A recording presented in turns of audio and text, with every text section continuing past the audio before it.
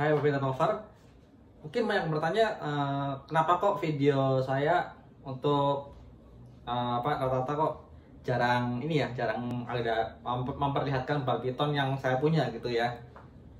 Oke, jadi jawabannya yang pertama karena khusus untuk badminton talk saya lebih fokus ke penyampaian informasi satu arah, yaitu tinggal saya hanya ngomong lalu sambil direkam gitu ya. Karena buat saya itu lebih lebih saya bisa fokus konsentrasi ke topik yang akan saya bicarakan. Karena nggak bisa pungkiri saya nggak menggunakan skrip atau apa segala macam teknik pengehnya lah ya. Jadi apa yang saya pikirkan atau yang saya ingat ya bakal saya sampaikan. Kalau yang ada kelupaan mungkin bakal saya tulis di bagian deskripsi gitu. Nah, lalu yang kedua, badminton saya ini semua feeding responnya tinggi. Jadi seandainya saya mau menyampaikan materi sambil mengalungkan ular atau sambil megang ular atau badminton saya gitu, nggak menutup kemungkinan si badminton bakal suatu bakal menyerang atau mungkin lebih gelisah gitu. Karena ya jujur aja saya nggak ada perawatan khusus atau mungkin perhatian khusus seperti yang di handle apa segala macam, enggak.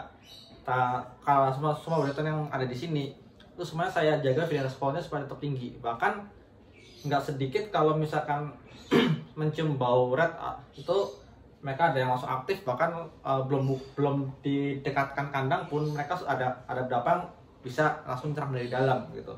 Nah, untuk membuka kandang sendiri seperti yang sudah pernah saya berikan, saya menggunakan akrilik karena tujuannya begitu saya buka ini, si badminton semua badminton saya itu rata-rata akan mencoba untuk keluar, maksudnya mendekat gitu. Dia menyentuh, oh ini ada penghalangnya, mereka bakal nunggu gitu. Sedikit aja ada gerakan mereka langsung nyerang. Itu sudah hal yang terbiasa buat mereka di sini gitu. Lalu gimana caranya membersihkan kandang? Ya badminton ini sudah terbiasa di saat ada akrilik lalu saya memegang, berarti tandanya oh ini bukan waktunya makan gitu. Tapi beda kalau hanya ada akrilik aja, mereka terbiasa menunggu gitu. Itulah alasan kenapa saya nggak memegang badminton khusus untuk sesi badminton talk gitu. Mungkin untuk beberapa beberapa topik seperti cutting atau koleksi yang saya simpan apa segala macam, barulah saya mengeluarkan badminton yang saya miliki atau mungkin yang yang ingin saya simpan saat itu. Karena jadi saya lebih ke arah untuk meminimalisir stres dari si badminton yang ada di sini. Jadi kalau mereka tingkat stresnya rendah dan jadwal makan atau mungkin kebiasaan makannya jelas, mereka akan cenderung lebih tinggi respon makannya dibandingkan jika terlalu sering di handle gitu ya. Dan nggak bisa dipungkirin kalau breeding itu semakin kuat insting alaminya mereka, semakin bagus. Ini saya coba dulu.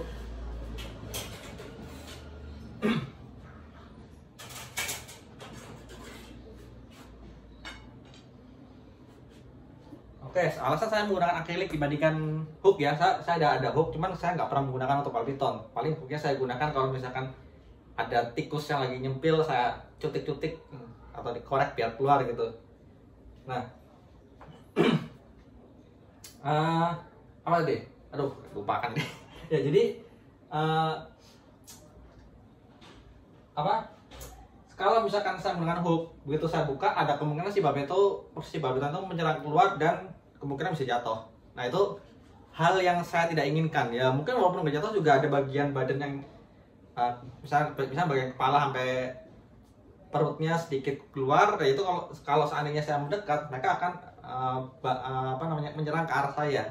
Dan itu otomatis berbahaya buat si badminton itu sendiri gitu ya. Ya kalau saya paling cuman luka kecil sama sedikit adrenalin rush gitu ya. Cuman untuk si barbetanya kalau sampai jatuh kan kasihan. Jadi yang saya lakukan tuh biasa kayak gini. Nah, saya keluarkan ya, nih biar kelihatan.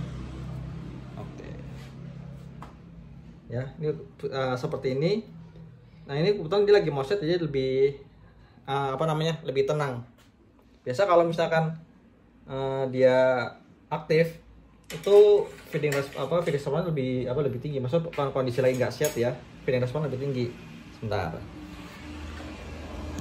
ini saya ada contoh yang feeding responnya lumayan tinggi.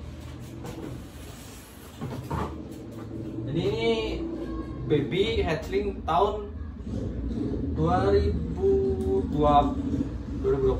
atau berapa ya? 2020 atau 2021 kalau salah ya, antara itulah. Lupa.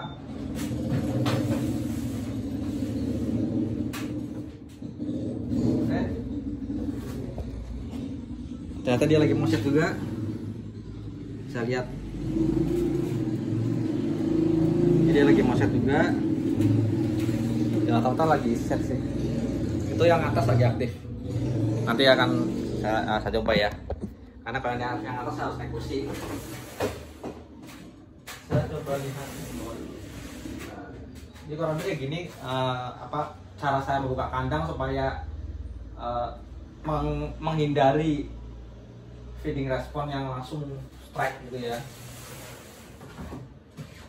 Yang lain kayaknya memang harus ke atas ya.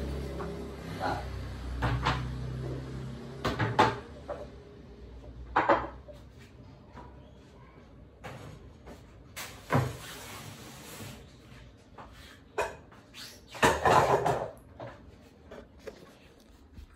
Oke, saya naik kursi dulu. Ya, bisa lihat.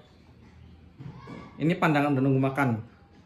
So, kenapa saya bisa bilang begitu? Karena dia lebih cenderung siaga.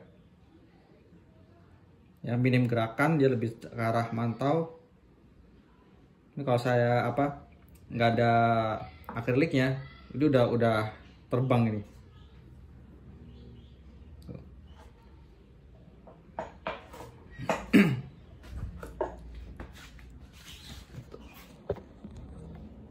Oke, saya tutup lagi dulu.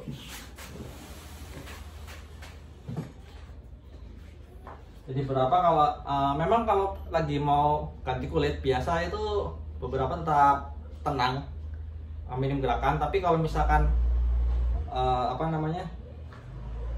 kalau misalkan dia lagi aktif dan pas lagi nggak dalam proses ganti kulit dan pas lagi nggak ada pasangannya atau jantannya di dalam situ, itu mereka lebih feeding responnya udah lebih inilah. Ini kebetulan saya sangat jarang memberi makan jam segini ya. Ini kan masuknya udah sore, jam berapa nih? Jam 3:30. Ini saya nggak pernah memberi makan jam segini, jadi mereka cenderung lebih kalem. Tapi seandainya pun ada bau red masuk, itu udah pasti mereka pada aktif. Nah, kenapa saya lebih lebih sering menekankan bau red dibandingkan ASF ya, karena ASF nggak ada baunya. Itulah kenapa beberapa badminton kadang susah untuk beralih ke ASF gara-gara itu, dia nggak ada baunya. Tapi yang lebih yang lebih suka ASF susah balik ke red karena red lebih bau dibandingkan ASF.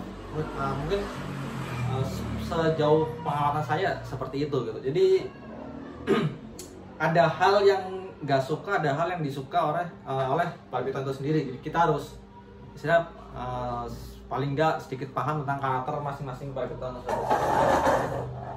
Oke, ini banyak lagi set sih ya, saya coba lihat dulu.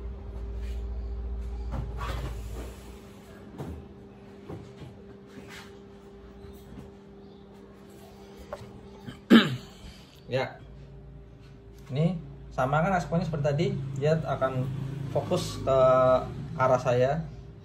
Maksudnya dia nggak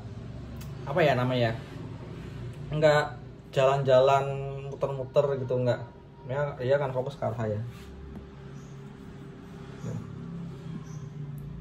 karena itu dia terbiasa kalau misalkan dibuka berarti nggak lama akan ada red masuk. Jadi respon mereka itu benar-benar sesuai aktivitas yang kita selalu tunjukkan. Maksudnya barbitron bisa dibikin galak, bisa dibikin jinak, tergantung apa yang kita lakukan. Mungkin bikin tutorial kali ya gimana cara membuat barbitron jadi galak, gitu kayaknya seru ya. Oke, ini saya coba. Kalau memegang ini akrilik disampingkan biar kepalanya nggak ke arah saya, ya. Lalu saya ambil dari badannya. Nah, ini saat dia sudah di tangan, dia sudah paham.